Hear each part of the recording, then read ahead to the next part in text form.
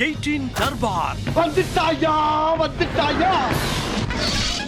வணக்கம் மக்களே, வழக்கம் போல பரபரப்புக்கும் சுவாரஸ்யத்துக்கும் கொஞ்சமும் பஞ்சம் இல்லாம ஏகப்பட்ட விஷயத்தை உங்களுக்காகவே கொண்டு வந்திருக்கோம். தர்பாரை தொடங்கிடலாமா?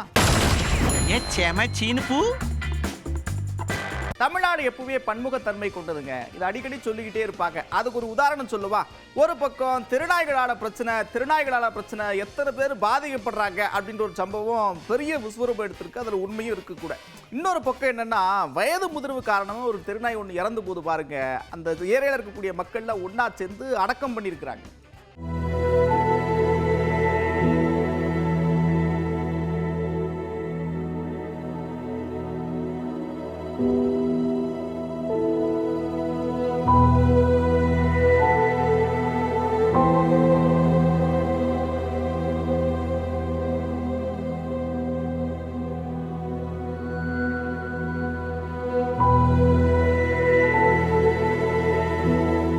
கோவில்பட்டி பக்கம் ஒரு சம்பவம் பார்த்துங்க. இந்த சாரப்பாம்பு ஒன்று மரத்து மேலே ஏறி போக்கு காட்டிக்கிட்டு இருந்திருக்கு. தகவலாம் கொடுக்கப்பட்டு தீயணைப்பு வீரர்கள்லாம் ரொம்ப நேரம் போராடி இருக்கிறாங்க பிடிக்கிறதுக்கு. ஆனாலும் முடியல. இது எல்லாத்தையும் தூரத்திலிருந்து ஒருத்தர் பார்த்துக்கிட்டே இருந்திருக்கிறாரு. அந்த பகுதியை சேர்ந்து ஒருத்தர் பொறுமை இழந்து, இந்தா நான் வர பாருங்க அப்படின்னு மரத்து மேலே ஏறி உண்டிக்கோலை வச்சு ஒரு அடி பாம்பு கீழே விடவோம்.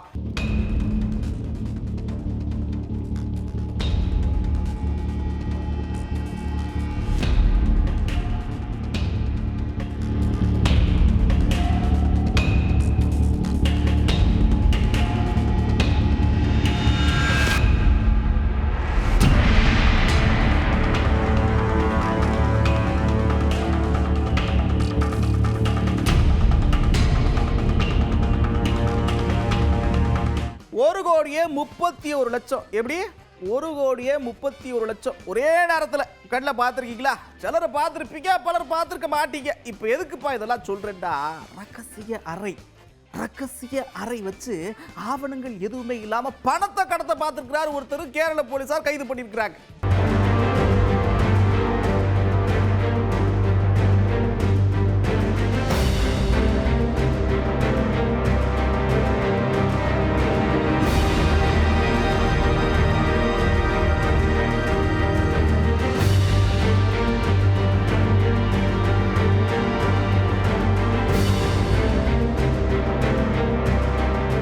ஓவியர்கள் பல விதம், அதில் ஒவ்வொருவரும் ஒவ்வொரு விதம். அதில் இவர் என்ன விதம்னா, இரும்பு துரு இருக்குல்ல, இந்த துகள், அதை வச்சு ஓவியம் வரைகிறாருங்க. என்ன திறமன்றீங்க? எங்கன்னா கோத்தகிரி பக்கம்.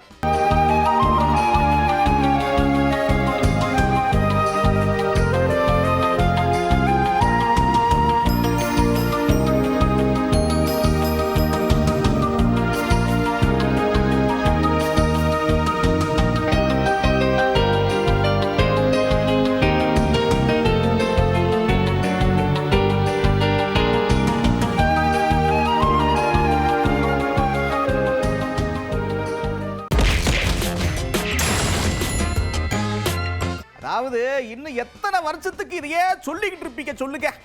நாங்க ஆட்சியில் இருக்கிறப்ப அந்த கோடநாடு விஷயத்தை கரெக்டா விசாரணை பண்ணியிருக்கிறோம். இன்னமும் அதெல்லாம் சொல்லி பூச்சாண்டி காட்ட முடியாது சரியா அப்படின்னு எதிர்க்கட்சி தலைவர் சொல்லியிருக்கிறார். எங்கள் இடத்துல மடியிலே கனமில்லை, வழியிலே பயமில்லை.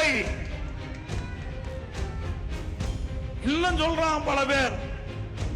நாட்டில் எடப்பாடி பழனிசாமி என்னன்னு உங்களுக்கு தெரியும். என்ன பூச்சாடி கேட்டாலும் எடப்பாடி பழனிசாமி பயப்பட மாட்டார். சட்டத்தின் ஆட்சி நடத்தினோம். அதிமுக ஆட்சி கிட்ட பொழுது, நான் முதலமைச்சராக ஆக்கின்ற பொழுது சட்டத்தின் ஆட்சி நடைபெற்றது. சட்டப்படி தவறு செய்தவர்களை கண்டுபிடித்து சிறையில் அடைத்தோம், நீதிமன்றத்தில் ஆஜர்படுத்தினோம். உடைய ஆட்சியில் அப்படியா இருக்கு? கிடையாது. வேண்டுமென்ற திட்டமிட்ட துரோகிகளும் இன்றைக்கு பேசி வருகிறார். இவரெல்லாம் எப்படிப்பட்டவர் என்பதை எண்ணி பாருங்கள். இவரெல்லாம் இயக்கத்திற்கு விசுவாசமானவர்களா? பூச்சாண்டிலாம் காட்ட முடியாதுன்னு இவரு சொன்னார்ல, அதுக்கு திமுகவை சேர்ந்த மூத்த அமைச்சர் ஒருத்தர் பதில் சொல்லியிருக்கிறார். என்ன தெரியுமா சொல்றாரு பாருங்க. நிலைமை அவர் சொல்றாரு, ஆனா சட்டம் என்ன சொல்லுதோ அது சர்க்கார் செய்யும். இவரே பேசின மூத்த அமைச்சர் அடுத்து கரூர் சம்பவத்துக்கு வராரு. 41 பேரு போய் கரூர்ல சாகிறதுக்கு காரணமாக இருந்துட்டு ஒரு வீட்டுக்கும் போய் நன்றி சொல்லாமல் பார்க்காம இருக்கிற அவர் ரொம்ப மனிதாபிமானம் உள்ளவர். நாங்கள் மனிதாபிமானம் இல்லாதவர். போங்க சார் நீங்கள். ஏதோ கட்சியை தொடங்கி அப்படியே முதலமைச்சர் ஆகிடலான்னு சிலர் பகல் கனவு காட்டுறாங்க அப்படின்னு முதலமைச்சர் சொல்லியிருந்தாரு. நீங்க பார்த்துருப்பீங்க. இப்ப முன்னாள் அமைச்சர் ஒருத்தர் என்ன சொல்றாருன்னா, 10 படத்தை நடிச்சுட்டா போதுங்க சிஎம் ஆயிரலாம் அப்படின்னு சிலர் நினைக்கிறாங்க அப்படின்னு தாக்கி பேசியிருக்கிறார். எல்லாரும் இன்னைக்கு புதுசாக கிளம்பியிருக்காங்க. ஏதோ ஒரு 10 படம் ஓடுனாலே நம்மளாம் முதலமைச்சராகிடலாம் அப்படிங்கிறது போல ஒரு மாய ஒரு எண்ணத்தில் இன்றைக்கு பாவம் அது எந்த அனுபவம் இல்லாதவர்கள் கூட இன்றைக்கு திமுக எதிர்ப்பிலே உறுதியாக இருக்கிறார்கள் என்ற வகையிலே வாழ்த்துக்கலாம். ஆனாலும் அதே இது அவர்கள் அந்த அளவிற்கு இன்னும் அந்த ஆட்சி பொறுப்பிற்கு வரக்கூடிய அளவிற்கு அவர்களுக்கு பக்குவமும் பட்டறிவும் அல்லது அரசியல் அறிவும் அனுபவமும் இன்னும் பயிற்சி பெற வேண்டும். அதற்கு முன்னாக அவசரப்பட்டு வந்தவுடனேயே நான் முதலமைச்சர் என்று வருவதையும் மக்கள் சிந்தித்து பார்க்க வேண்டும்.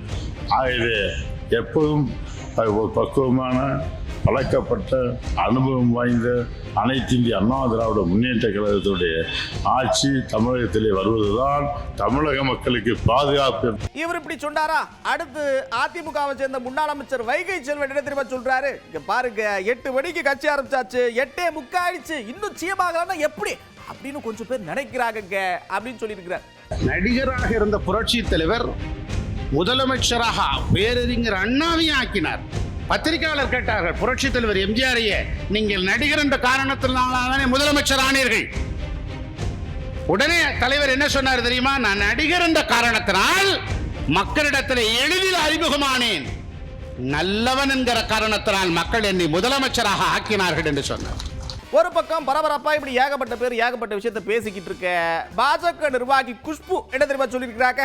நாடே ஏத்துக்குச்சு, ஆனா தமிழ்நாடு மட்டும் ஏக்க எந்த திட்டத்தை கொண்டு வந்தாலும் எதிர்த்துக்கிட்டே இருக்கிறாங்க, ஒரு நியாயம் வேணாமா அப்படின்னு கேட்டிருக்கிறாங்க. ஏப்பா எதை பத்திப்பா கேட்கிறாங்க அப்படின்னு கேட்டீங்கன்னா அந்த SIR அதை பத்தி தான் கேட்கிறாங்க.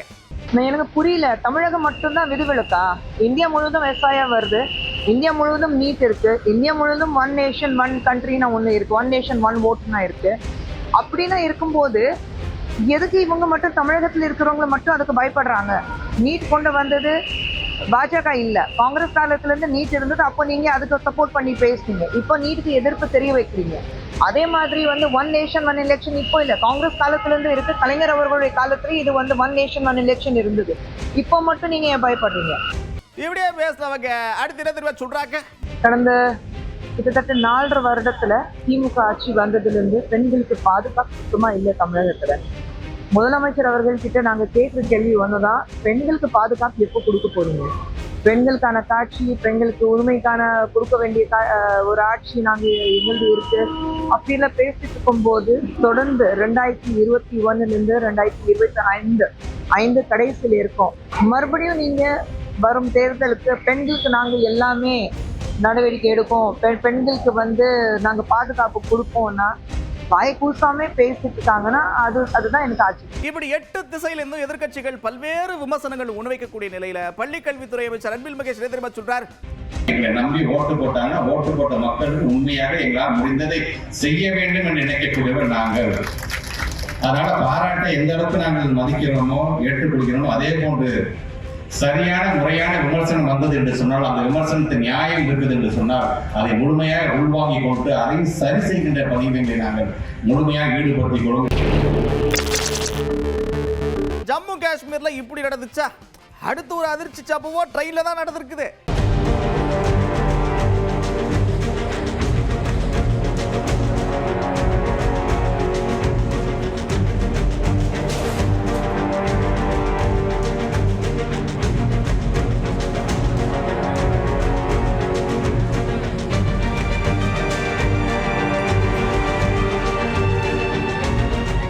பைக்ல ரோடு கிராஸ் பண்றப்பெல்லாம் நாலா பக்கமும் பாருங்க, நம்ம சேஃப்டி நம்ம உயிர் தான் நமக்கு ரொம்ப ரொம்ப முக்கியம். நாமக்கல் ஒரு சம்பவம் பார்த்துக்க, கார் வர்றதை கவனிக்காம பைக்ல ஒருத்தர் ரோடு கிராஸ் பண்ணியிருக்காரு. வேகமா அந்த கார் மோதி விபத்துக்குள்ளாயிருக்கு. CCTV காட்சியை பாருங்க.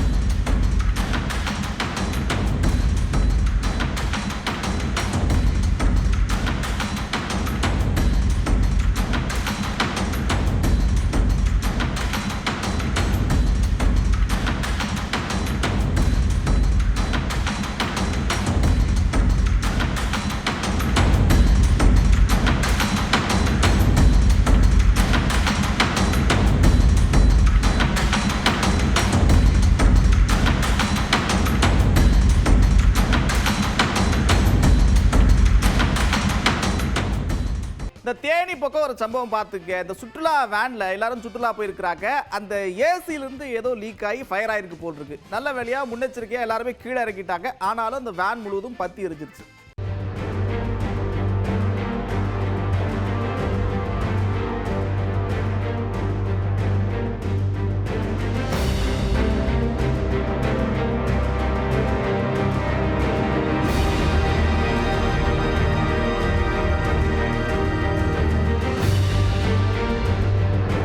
பாருங்க, கொண்டாட்டம் வாழ்க்கையில ரொம்ப ரொம்ப முக்கியம். அதே நேரத்தில் பாதுகாப்பு ரொம்ப ரொம்ப முக்கியம். மற்றவங்களை அச்சுறுத்துறமா இல்லையா அப்படின்றது ரொம்ப முக்கியம். இது எதுக்கு அதெல்லாம் சொல்றேன்னா, ஜனநாயகன் படத்தோட பாட்டை படக்குழு ரிலீஸ் பண்ணாங்க, பார்த்துருப்பீங்க. சென்னையில் ஒரு திரையரங்கில் அந்த பாட்டை ரிலீஸ் பண்ணியிருக்காங்க பாருங்க. அப்போ வெளியில இருந்த ரசிகர்கள்லாம் ஆபத்தை உணராம அந்த சரவெடி இருக்குல்ல, அதை வச்சு அப்படியே சுத்தி இருக்கிறாங்க.